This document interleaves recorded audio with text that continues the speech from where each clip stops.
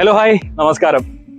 ഇന്ന് നമ്മൾ കാണാൻ പോകുന്നത് പലരും നാട്ടിൽ പോയിട്ട് നമ്മളോട് ചോദിക്കുന്ന ഒരു ചോദ്യമാണ്, നിങ്ങൾ കപ്പലിൽ യൂസ് ചെയ്യുന്ന ഫ്യൂവൽ പെട്രോൾ ആണോ ഡീസൽ ആണോ എന്നുള്ളത്. അപ്പം അതിന്റെ ആൻസർ ഞാൻ ആദ്യമേ പറയാം, പെട്രോളും അല്ല ഡീസലും അല്ല. പെട്രോളും ഡീസലും അടിച്ചാൽ മുതലാളിക്ക് മുതലാവില്ല, അതാണ് ഇതിന്റെ മെയിൻ പ്രശ്നം. പക്ഷെ ഞങ്ങൾ യൂസ് ചെയ്യുന്ന ഫ്യൂവലും പെട്രോളും ഡീസലും തമ്മിലുള്ള വ്യത്യാസം എന്താണെന്ന് നമുക്ക് ഫർദർ ആയിട്ട് കാണാം. അതുകൂടാതെ ഈ വീഡിയോയിൽ നമുക്ക് നമ്മുടെ കപ്പലിന് എത്ര മൈലേജ് കിട്ടുമെന്ന് കാണാം.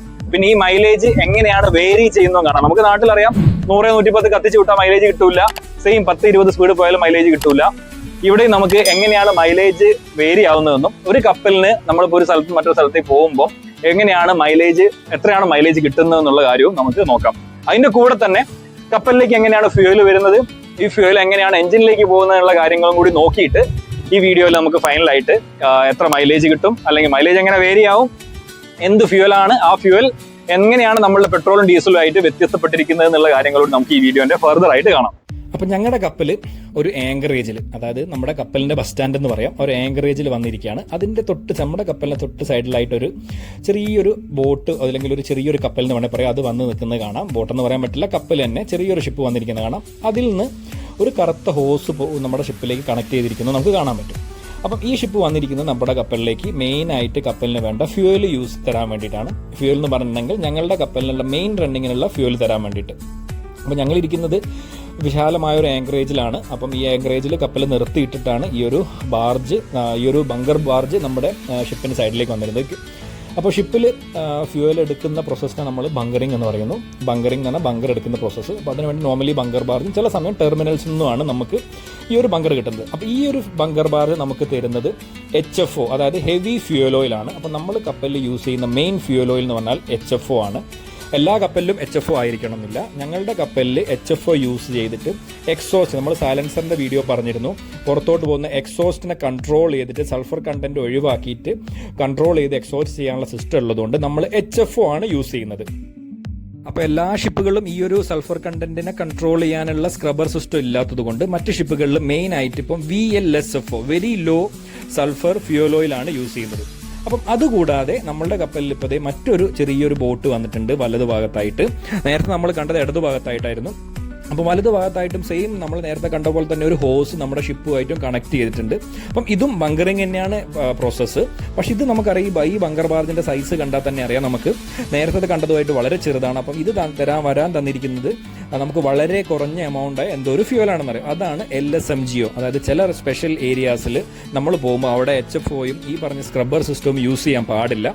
അപ്പം നമ്മളുടെ കപ്പലിൻ്റെ എഞ്ചിനും ജനറേറ്റേഴ്സും ഒക്കെ ഓടിക്കാൻ വേണ്ടിയിട്ട് നമ്മൾ യൂസ് ചെയ്യുന്ന ഒരു ഫ്യൂവലാണ് LSMGO, low sulphur marine gas oil എന്ന് പറഞ്ഞൊരു സംഭവം. അപ്പം അത് തരാൻ വന്നിരിക്കുകയാണ് ഇവരപ്പം. ഈ രണ്ട് ഫ്യൂവലാണ് നമ്മൾ മെയിനായിട്ട് ഈ കാണുന്ന മെയിൻ എഞ്ചിനിൽ നമ്മൾ യൂസ് ചെയ്യുന്നത്. ഇനി നമുക്ക് നമ്മുടെ HFOയിലേക്ക് പോകാം. HFO അല്ലെങ്കിൽ നമ്മൾ ഹെവി ഫ്യൂവൽ ഓയിൽ എന്ന് പറയുന്ന സൾഫർ കണ്ടന്റ് കൂടിയ ഫ്യൂവൽ ഓയിൽ നമ്മളുടെ മെയിൻ എഞ്ചിനിലേക്ക് നമ്മൾ നേരിട്ട് കൊടുക്കാൻ പറ്റില്ല. കാരണം അത് ഭയങ്കരമായിട്ട് തിക്കായിട്ടുള്ള, അതായത് വിസ്കസ് ആയിട്ടുള്ള ഒരു ഫ്യൂവൽ ആയിരിക്കും. അപ്പോൾ വിസ്കസ് ആയിട്ടുള്ള ഒരു ഫ്യൂവലിനെ നമ്മൾ എഞ്ചിനിലെത്തിച്ച് അതിനെ കമ്പസ്റ്റ് ചെയ്തിട്ട് നമ്മൾ അതിനെ കമ്പഷൻ ചെയ്ത് പ്രഷർ ബിൽഡപ്പ് ചെയ്തിട്ട് എഞ്ചിൻ ഓടിക്കുക എന്ന് പറയുന്നത് ഭയങ്കര ബുദ്ധിമുട്ടായതുകൊണ്ട് തന്നെ നമ്മളത് നടക്കാത്തൊരു കാര്യമായതുകൊണ്ട് തന്നെ നമ്മൾ ഈ സംഭവത്തെ എന്ത് ചെയ്യുന്ന വെച്ചാൽ ഒരു 120 ഡിഗ്രീസിലേക്ക് അപ്രോക്സിമേറ്റ് ഇതിനെ ഹീറ്റ് ചെയ്തതിന് ശേഷം, ചൂടാക്കിയതിന് ശേഷം ഇതിൻ്റെ വിസ്കോസിറ്റി കുറച്ചിട്ടാണ് നമ്മൾ മെയിൻ എഞ്ചിനിലേക്ക് നമ്മൾ ഈ ഒരു HFOയെ കടത്തിവിടുന്നത്. അല്ലാതെ LSMGO ആണെങ്കിലും VLSFO ആണെങ്കിലും ഈ ഒരു ടെമ്പറേച്ചറിലേക്ക് വരേണ്ട ആവശ്യമില്ല. അപ്പോൾ മെയിൻ എഞ്ചിൻ ആവശ്യമുള്ള ടെമ്പറേച്ചറിലേക്ക് ഫ്യൂവലിനെ ഹീറ്റ് ചെയ്തിട്ട് നമ്മൾ അതിനെ മെയിൻ എഞ്ചിനിലേക്ക് കടത്തിവിടുന്നു. അപ്പോൾ പെട്രോളും ഡീസലും ഒക്കെ ആണെങ്കിൽ നമുക്കറിയാം, നമ്മളുടെ കാറുകളിലൊന്നും അതിനെ ഹീറ്റ് ചെയ്ത് കടത്തിവിടേണ്ട ഒരു ആവശ്യമില്ല. പക്ഷേ ഇവിടെ ഈ ഒരു ഫ്യൂവൽ ഇങ്ങനെ ആയതുകൊണ്ട് തന്നെ നമ്മൾ ഈ ഫ്യൂവലിനെ ട്രീറ്റ് ചെയ്തിട്ട് പ്യൂരിഫൈ ചെയ്ത് ട്രീറ്റ് ചെയ്ത് ഹീറ്റ് ചെയ്തിട്ടാണ് നമ്മൾ. അപ്പം നമ്മൾ ഈ കാണുന്ന മെയിൻ എഞ്ചിൻ്റെ ഈ ഒരു ഭാഗത്തിന് നമ്മളുടെ സിലിണ്ടർ ഹെഡ് സ്പേസ് എന്ന് പറയുന്നു. അപ്പോൾ നമ്മൾ തൊട്ട് താഴത്തോട്ട് ഇറങ്ങിയിരിക്കുകയാണ്. ഇപ്പം ഈ ഒരു സ്പേസ്, ഇത്രയും വലിയൊരു കപ്പലിനെ തള്ളി നീക്കാനുള്ള പവർ വേണ്ടതുകൊണ്ട് തന്നെ കപ്പലിൻ്റെ എഞ്ചിൻ ഏകദേശം ഒരു 10-12 മീറ്റർ ഹൈറ്റിലാണുള്ളത്. അപ്പം ഈ ഒരു സ്പേസിനെ നമ്മൾ പറയുന്ന പേരാണ് സ്കേവഞ്ച് സ്പേസ് എന്ന് പറയുന്ന ഈ ഒരു സ്പേസിനെ. അപ്പം നമ്മളുടെ ഈ ഒരു കപ്പലിലേക്ക് യൂസ് ചെയ്യുന്ന ഫ്യൂവലും HFOയും പെട്രോളും ഡീസലും തമ്മിലുള്ള വ്യത്യാസം എന്ന് പറഞ്ഞിട്ടുണ്ടെങ്കിൽ നമ്മളൊരു കുപ്പിയിലേക്ക് ഒഴിച്ച് നോക്കുകയാണെങ്കിൽ, പുറത്തോട്ട് ഒഴിച്ച് നോക്കുകയാണെങ്കിൽ അറിയാം, ഭയങ്കര തിക്കായിട്ടായിരിക്കും അത് പോകുന്നത്. അതിനുവേണ്ടി പെട്രോളും ഡീസലെല്ലാം ഭയങ്കര തിന്നായിട്ടായിരിക്കും. പിന്നെ നമ്മളിപ്പോൾ തൊട്ട് താഴത്തെ സ്പേസിലേക്ക്, അതായത് ഏറ്റവും താഴെയുള്ള സ്പേസിലേക്ക് വന്നിരിക്കുകയാണ്. ഇതിനെ നമ്മൾ പറയുന്ന പേരാണ് ക്രാങ്ക് കേസ് എന്ന്. ക്രാങ്ക് കേസ് എന്ന് പറഞ്ഞിട്ടുണ്ടെങ്കിൽ നമുക്കറിയാം ഏതൊരു പിസ്റ്റണും up and down vertical movement ആയിരിക്കും ഉണ്ടാവുക. അപ്പോൾ ആ ഒരു വെർട്ടിക്കൽ മൂവ്മെൻറ്റ് നമ്മൾ റോട്ടറി മൂവ്മെൻ്റ് ആക്കിയാൽ മാത്രമേ നമുക്ക് എഞ്ചിനെ വട്ടത്തിൽ കറക്കാൻ പറ്റത്തുള്ളൂ. അതായത് നമ്മുടെ കപ്പലിൻ്റെ പുറകിലുള്ള പ്രൊപ്പല്ലർ കറങ്ങിയിട്ട് വേണം ഷിപ്പിന് മുമ്പോട്ടുള്ള ത്രസ്റ്റ് കിട്ടാൻ, അത് മുന്നോട്ട് പോകാനും.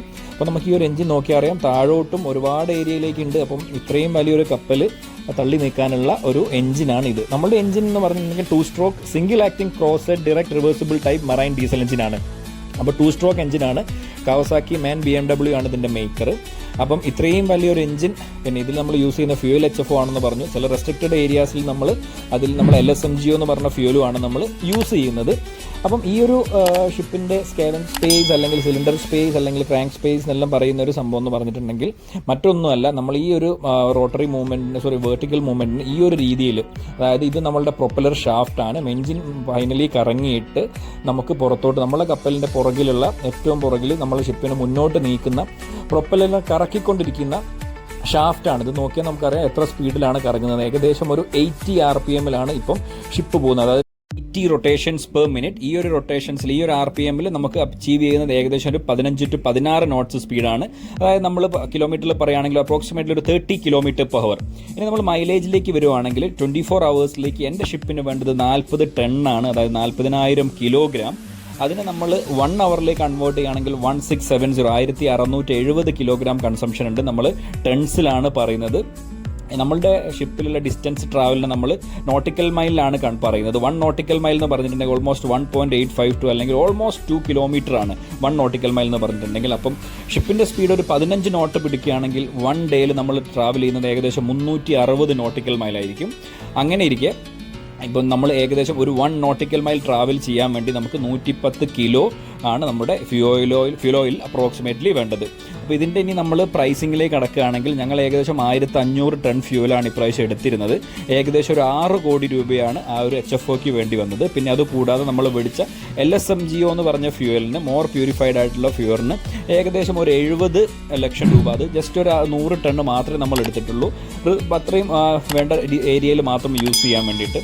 അപ്പം എല്ലാവർക്കും ചിന്തിച്ചതറിയാം ഒരു ഷിപ്പിന് point A to point B കൊണ്ടുപോകാൻ വേണ്ടിയിട്ട് ഫ്യൂവലിന് വേണ്ടി തന്നെ എത്രത്തോളം ചിലവ് വരുന്നുണ്ടെന്നുള്ളത്. അപ്പം നമ്മൾ എൻ്റെ ഷിപ്പിൻ്റെ ഫ്യൂൽ ഓയിൽ കപ്പാസിറ്റി എന്ന് പറഞ്ഞാൽ ഏകദേശം 2000 ടണ്ണാണ്. അപ്പം നമ്മൾ നാട്ടിലുള്ളതുപോലെ എവിടെന്നെങ്കിലും നിന്ന് പോയിട്ടുണ്ടെങ്കിൽ ഫ്യൂൽ അടിക്കാനുള്ള സിറ്റുവേഷൻ അല്ലാത്തത് കൊണ്ട് തന്നെ ഒരു ഷിപ്പിനെ നമ്മൾ point A to point B കൊണ്ടുപോകുമ്പോൾ ആ ഷിപ്പിൽ വേണ്ട റിസർവ് അടക്കമുള്ള ഫ്യൂലും ഉണ്ടെന്നുള്ളത് ഉറപ്പ് വരുത്തേണ്ടത് അതിൻ്റെ ഭാഗമാണ്.